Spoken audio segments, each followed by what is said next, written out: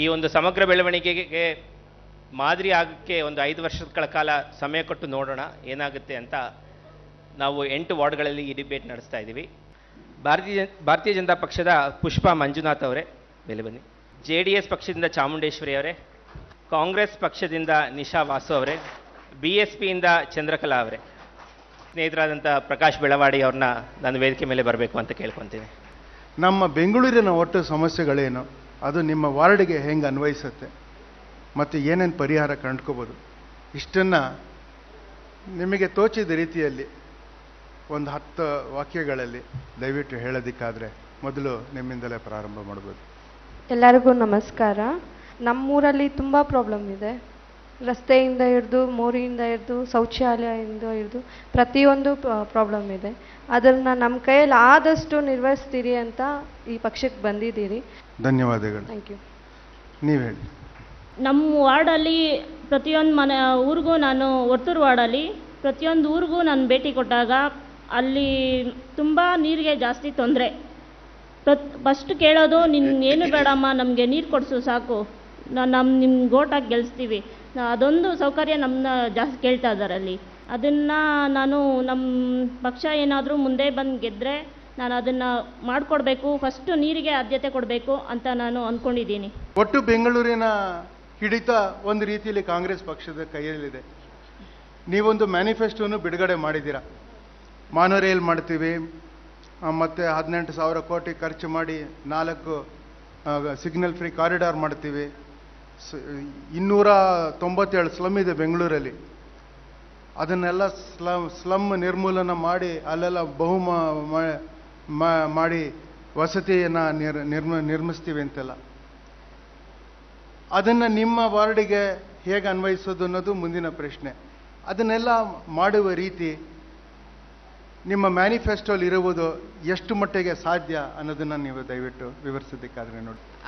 Sir ಹೇಳ್ದಂಗೆ ಕಾಂಗ್ರೆಸ್ ಪಕ್ಷದಿಂದ ನಾವು ಏನೇನು ಯೋಜನೆಗಳು ಅಂದ್ಕೊಂಡಿದ್ದೀವೋ ಖಂಡಿತವಾಗ್ಲೂ ಆದಷ್ಟು ಸಾಧ್ಯವಾದಷ್ಟು ನಾವು ಮಾಡೇ ಮಾಡ್ತೀವಿ ಸರ್.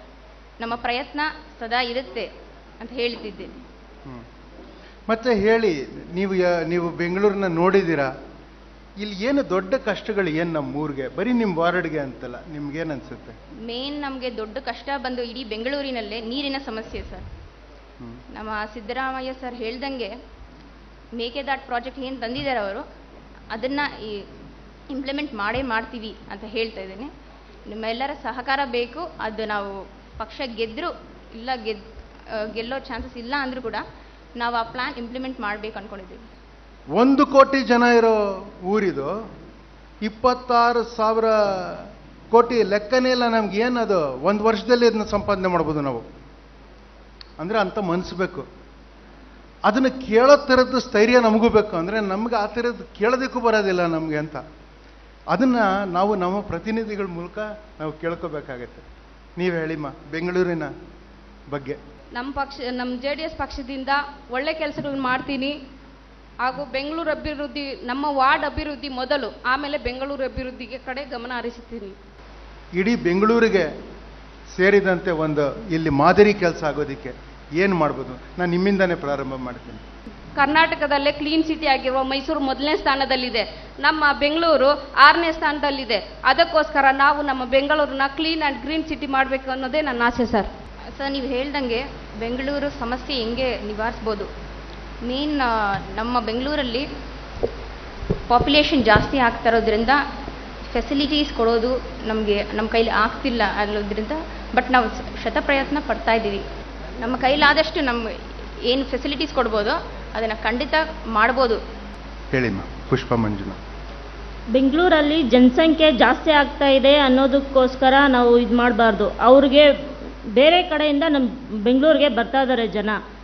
ಆ ಜನಗಳಿಗೆ ಮೂಲಭೂತ ಸೌಕರ್ಯಗಳು ಕೊಡೋದು ನಮ್ಮ ಕರ್ತವ್ಯ. ಬೆಂಗಳೂರಲ್ಲಿ ಜನ ಜಾಸ್ತಿ ಹಾಗೆ ಹೀಗೆ ಅಂತ ಹೇಳ್ಕೊಳ್ಳೋದು ನಮ್ಮ ತಪ್ಪು. ಹೇಳಿಮ್ಮ. ಬೆಂಗಳೂರನ್ನ ಗ್ರೀನ್ ಸಿಟಿ ಮಾಡೋಕ್ಕಂತೂ ಖಂಡಿತ ನಮ್ಮಿಂದ ಆಗಲ್ಲ. ಬಟ್ ವರ್ತೂರಿನ 149 ವಾರ್ಡನ್ನು ನಾವು ಗೆದ್ದರೆ ಖಂಡಿತ ಮಾಡ್ತೀರಿ. ಆದರೆ ಮೊದಲಾಗಿ ರಸ್ತೆ ಕರೆಕ್ಟಾಗಿರಬೇಕು. ಮಕ್ಕಳು ಓಡಾಡೋ ಜಾಗದಲ್ಲಿ ಫುಟ್ಪಾತು ಮತ್ತು ಮೇಂಟೆನೆನ್ಸ್ ಕರೆಕ್ಟಾಗಿಲ್ಲ. ಖಂಡಿತ ನಮ್ಮಿಂದ ಆದರೆ ಅದೆಲ್ಲ ಮಾಡ್ತೀರಿ. ನೀವು ಗೆದ್ದು ಬಂದಲ್ಲಿ 5 ವರ್ಷಗಳ ಕಾಲದಲ್ಲಿ ಯಾವ 5 ಬದಲಾವಣೆಗಳಿಗೆ ತಮ್ಮ ಪ್ರಯತ್ನ ಇರುತ್ತೆ. ಫಸ್ಟ್ ನಾನು ಯಾವ ಊರಿಗೆ ಬಸ್ ಇಲ್ಲ ಫಸ್ಟ್ ಬಸ್ BMTC ಬಸ್ ಕೊಡ್ತೀನಿ. ತುಂಬ ದೊಡ್ಡದಾಗಿ ರಸ್ತೆ ಅಗಲೀಕರಣ ಆಗಬೇಕು, ಮತ್ತು ಫುಟ್ಪಾತ್ಗಳ ನಿರ್ಮಾಣ, ಮತ್ತು ಅಂಗಡಿ ಶಾಪುಗಳಿಗೆ ಬೈಕೊಂಬೇಡಿ, ಯಾರು ಅಂಗಡಿ ಇರೋರು ಅಂಗಡಿ ಶಾಪುಗಳಿಗೆ ತಮ್ಮ ಕಸವನ್ನು ಒಂದತ್ರ ಹಾಕಿ ನೀವು ಮತ್ತೆ ಡಸ್ಟ್ಬಿನ್ಗೆ ಹಾಕಬೇಕು.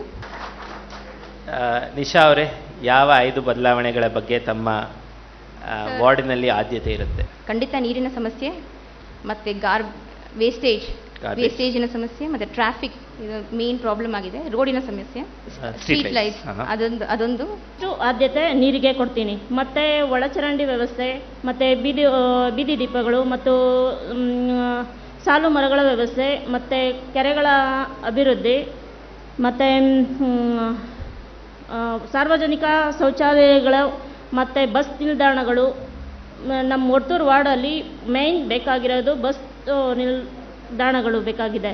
ಬಟ್ ಫಸ್ಟಾಗಿ ಶೌಚಾಲಯ ಬರಬೇಕು ಪ್ರತಿಯೊಬ್ಬರಿಗೂ, ಈಚೆ ಬರೋವ್ರಿಗೆ ಹೋಗೋವ್ರಿಗೆ ಮೂರಂಡಿ ಕರೆಕ್ಟಾಗಿರಬೇಕು. ಇದರಿಂದ ಇದಕ್ಕೆ ಸ್ಟೆಪ್ ಎತ್ತೋಣ ಅಂತ ನಾವು. ದುಡ್ಡಿನ ಸಮಸ್ಯೆ ಎಲ್ಲ ತಲೆಗೆ ಹಾಕ್ಕೊಂಡಿರ ಏನಿದೆಯೋ ಖಂಡಿತ ಅದೆಲ್ಲ ನಾವು ಮಾಡಿಕೊಡ್ತೀವಿ.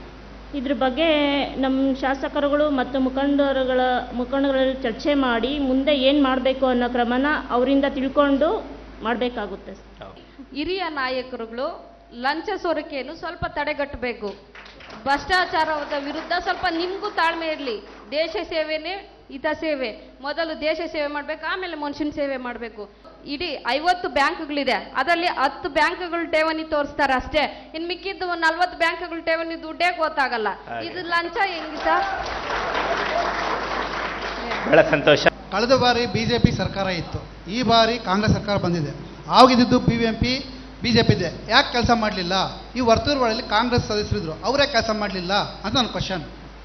ತಾವು ನೀರಿನ ಸಮಸ್ಯೆ ನೀಗಿಸ್ತೀವಿ ಅಂತ ಹೇಳಿದ್ರೆ ಯಾವ ರೀತಿ ನೀಗಿಸ್ತೀರಾ? ಅದ್ರ ಬಗ್ಗೆ ನಮಗೆ ಉತ್ತರ ನೀಡಬೇಕು. 8 ವರ್ಷದಲ್ಲಿ ಪಂಚಾಯಿತಿಯಲ್ಲಿ ಏನಿತ್ತೋ ಈಗಲೂ ಅದೇ ಇದೆ. ಇದು BBMP ಅಲ್ಲ, ಇದು ಹಳ್ಳಿ ಅದು ಇದ್ದಿದ್ರೆ ನಾವು ಪಂಚಾಯತಿಯಲ್ಲಿ ಚೇರ್ಮನ್ ಇರ್ತಾಯಿದ್ರು, ಅವ್ರನ್ನ ಕೇಳ್ಬೋದಾಗಿತ್ತು. ಈಗ ಅಧಿಕಾರಿಗಳು ಫೋನ್ ಮಾಡಿದ್ರೆ, ಇಂಜಿನಿಯರ್ ಫೋನ್ ಮಾಡಿದ್ರೆ ಇದು ನಮಗೆ ಬರೋದಿಲ್ಲ, ಇನ್ನೊಬ್ರಿಗೆ ಮಾಡಿ ಅಂತಾರೆ, ಇನ್ನೊಬ್ರಿಗೆ ಮಾಡಿದ್ರೆ ನಮಗೆ ಬರೋದಿಲ್ಲ ಅಂತಾರೆ. ಉತ್ತಮ ಪ್ರಶ್ನೆ. ಯಾರಿಗೆ ಫೋನ್ ಮಾಡಬೇಕು ಅಂತ ನಮಗೆ ಗೊತ್ತಾಗ್ತಿಲ್ಲ, ನಮಗೆ ಕನ್ಫ್ಯೂಸ್ ಆಗಿದೆ. ಪಂಚಾಯತ್ ಇತ್ತು, ಪಂಚಾಯತಿ ಲೆವೆಲ್ನಲ್ಲಿ ಕಮ್ಮಿ ಕಂದಾಯ ಇತ್ತು. ಕಮ್ಮಿ ಕಂದಾಯ ಇರುವಾಗ ಏನು ಅನುಕೂಲ ಇತ್ತು ಅದೇ ಇವಾಗ 10 ಕಂದಾಯ ಮಾಡಿದ್ದಾರೆ. ಆದ್ರೂ ವರ್ತೂರು ಆಗಲಿ ನಮ್ಮ BBMP ಆಗಲಿ ಕಂದಾಯ ಹೆಚ್ಚಿದೆ, ಅದರಿಂದ ಬೆನಿಫಿಟ್ ಏನು ಬಂದಿಲ್ಲ ಅಂತ ಊರಿಗೆ ಬೆನಿಫಿಟ್ ಬಂದಿಲ್ಲ. ಸೊ ಯಾರೇ ಆರ್ಸ್ ಬಂದ್ರು ಆ ರಾಜಕಾಲುವೆ ಒತ್ತುವರಿಯಾಗಿ ರಾಜಕಾಲುವೆ ಪಾಸ್ ಆಗೋದಕ್ಕೆ ಅನುಕೂಲ ಮಾಡಿಕೊಡ್ಬೇಕು ಅಂತ ನಾನು ಬಯಸ್ತೀನಿ. ನೀವು ಮಾದೇಪುರ ಕ್ಷೇತ್ರದಿಂದ ಹೆಚ್ಚಾಗಿ ತೆರಿಗೆ ಸುಮಾರು 500 ಕೋಟಿ ಕೊಡ್ತಾ ಇದ್ರ, 5 ಕೋಟಿ ತರ್ತಾ ಇಲ್ಲ. ಹೆಚ್ಚಾಗಿ ತೆರಿಗೆ ಕೊಡೋದ್ರಿಂದ ಹೆಚ್ಚಾಗಿ ಅಲ್ಲಿಂದ ಫಂಡ್ಸ್ ತರ್ತೀರಾ ನೀವು ಅಂತ? ಯಾವ ರೀತಿ ತರ್ತೀರಾ? ಉದ್ಯೋಗ ಮೇಳ ಅಂತ ಯುವಕರಿಗೆ ಮಾಡಿದ್ದಾರೆ. ಎಷ್ಟೋ ಜನ ಯುವಕರು ಅದರಲ್ಲಿ ಹೋಗಿ ಉದ್ಯೋಗದಲ್ಲಿ ಇದ್ದಾರೆ. ಈ ತರ ನೀವು ಮುಂದೆ ಯುವಕರಿಗೆ ಏನು ಮಾಡ್ತೀರಾ ಅನ್ನೋದು ನನ್ನ ಪ್ರಶ್ನೆ. ಈ ಮಳೆ ಬರುತ್ತಲ್ಲ, ಮಳೆ ಬಂದಿದ್ದು ಎಲ್ಲ ಮನೆಗಳಲ್ಲಿ ಆ ನೀರು ಅಲ್ಲೇ ಸ್ಟೋರೇಜ್ ಆಗಬೇಕು. ಅದನ್ನ ಇವರು ಫಸ್ಟು ಅದನ್ನು ವ್ಯವಸ್ಥೆ ಮಾಡಬೇಕು. ವರ್ತೂರು ಕೆರೆ ಸಮಸ್ಯೆಗೆ ತಾವು ಹೇಗೆ ಪರಿಹಾರ ಮಾಡ್ತೀರಾ? ಅದಕ್ಕೆ ಏನು ಬೇಕಾಗಿದೆ? ಅದಕ್ಕೆ ಫಸ್ಟ್ ಮೊದಲನೇ ವರ್ತೂರು ಕೆರೆ ಶುದ್ಧೀಕರಣ ಮಾಡಬೇಕು. ನಮಗೆ ನೀರಿನ ಸಮಸ್ಯೆ ಇರೋದ್ರಿಂದ ಅದನ್ನ ಶುದ್ಧೀಕರಣ ಮಾಡಿ ನಾವು ಬಳಸೋದಕ್ಕೆ ಉಪಯೋಗಿಸ್ಕೋಬೇಕು. ಕೆಮಿಕಲ್ ವಾಟರ್ನ ಫಸ್ಟು ತಡೆಯಬೇಕು, ಅಲ್ಲಿ ಬರ್ದಿರಂಗೆ ಮಿಕ್ಸ್ ಆಗದಿರಂಗೆ ತಡಿಬೇಕು. ವಾಟರ್ ಪ್ಯೂರಿಫಿಕೇಷನ್ ಪ್ಲ್ಯಾಂಟ್ ಪಣತೂರಲ್ಲಿ ಒಂದು ನಿರ್ಮಾಣ ಆಗಿದೆ, ಈಗ ಬಳಗೇರೆ ರೋಡಲ್ಲಿ ನಿರ್ಮಾಣ ಆಗ್ತಾ ಇದೆ. ಸೊ ಅದು ಚುನಾವಣೆಯಿಂದ ಸ್ವಲ್ಪ ತಡೆಯಾಗಿದೆ. ಸೊ ಅದು ಚುನಾವಣೆ ಆದಮೇಲೆ ಅದರ ಇಂಪ್ಲಿಮೆಂಟ್ ಮಾಡ್ತೀವಿ. ಪಾರ್ಕ್ಗಳು ಮಾಡಿ ಮತ್ತು ಕೆಲವು ಜನಗಳಿಗೆ ಮನೋರಂಜನೆ ಆಗಿ ಆ ಥರ ಮಾಡೋದಕ್ಕೂ ಚೆನ್ನಾಗಿರುತ್ತೆ. ಅವಕಾಶ ಮಾಡಿಕೊಟ್ರೆ ಮಾಡ್ಬೋದು. ಪೊಲ್ಯೂಷನ್ ಜಾಸ್ತಿ ಆಗಿ ಡ್ರೈನೇಜ್ ನೀರು ಡೈರೆಕ್ಟಾಗಿ ಅದಕ್ಕೆ ಬರ್ತಾ ಇದೆ. ಫಸ್ಟು ಡ್ರೈನೇಜ್ ತಡಿಬೇಕು, ಪೊಲ್ಯೂಷನ್ ಕಮ್ಮಿ ಮಾಡಬೇಕು. ಅದೆಲ್ಲ ಕಮ್ಮಿ ಮಾಡಿದ್ದಾದಾಗ ಫಿಲ್ಟರ್ ಮಾಡಿ ನೀರನ್ನ ಯೂಸ್ ಮಾಡೋದು ನೋಡಿ. ಧನ್ಯವಾದಗಳು. ಇದು ತುಂಬ ಸಂತೋಷವಾಗಿತ್ತು. ಒಂದು ಒಳ್ಳೆಯ ಡಿಬೇಟ್ ನಮ್ಮ ಪ್ರಕಾರ ಚರ್ಚೆ ನಡೆದಿದೆ. ಹಲವಾರು ಪ್ರಶ್ನೆಗಳಿಗೆ ಉತ್ತರ ಸಿಕ್ಕಿದೆ. ಇನ್ನೂ ಹಲವಾರು ಪ್ರಶ್ನೆಗಳಿಗೆ ಉತ್ತರ ಮುಂದಿನ ಕಾಲದಲ್ಲಿ ತಾವು ಅಭ್ಯರ್ಥಿಗಳು ತಮ್ಮ ಮನೆಗೆ ಓಟ್ ಕೇಳಕ್ಕೆ ಬಂದಾಗ ಅಥವಾ ಬೇರೆ ಎಲ್ಲರೂ ಸಿಕ್ಕಿದಾಗ ತಾವು ಈ ಪ್ರಶ್ನೆಗಳನ್ನ ಕೇಳಿ ಅದಕ್ಕೆ ಉತ್ತರ ಪಡ್ಕೊಂಡು ವೋಟ್ ಮಾತ್ರ ಮಾಡಬೇಕು. ಈ ಸಾತಿ ವರ್ತೂರು ವಾರ್ಡ್ನಿಂದ ವೋಟಿಂಗ್ ಪರ್ಸೆಂಟೇಜ್ ಏನಿದೆಯೋ ಅದು ರೆಕಾರ್ಡ್ ಆಗಬೇಕು. ತಾವೆಲ್ಲರನ್ನೂ ಸೇರಿಸ್ಕೊಂಡು ಯಾರು ತಮಗೆ ಒಳ್ಳೇದು ಮಾಡ್ತಾರೆ ಅಂತ ತಮ್ಗೆ ಅನಿಸುತ್ತೋ ಅಂಥವ್ರಿಗೆ ವೋಟ್ ಕೊಡಿ, ಬೆಂಬಲ ಕೊಡಿ, ನಂತರ 5 ವರ್ಷಗಳ ಕಾಲ ಕೆಲಸ ಮಾಡಿಸಿ. ಇಷ್ಟು ಹೇಳ್ತಾ ನಮ್ಮ ಬೆಂಗಳೂರು ಫೌಂಡೇಶನ್ನಿಂದ ನಾವು ಧನ್ಯವಾದಗಳು ತಿಳಿಸ್ತೇವೆ. ವರ್ತೂರಿನ ಎಲ್ಲ ಗ್ರಾಮಸ್ಥರು ಬಂದಿದ್ದಕ್ಕೆ ಧನ್ಯವಾದಗಳು.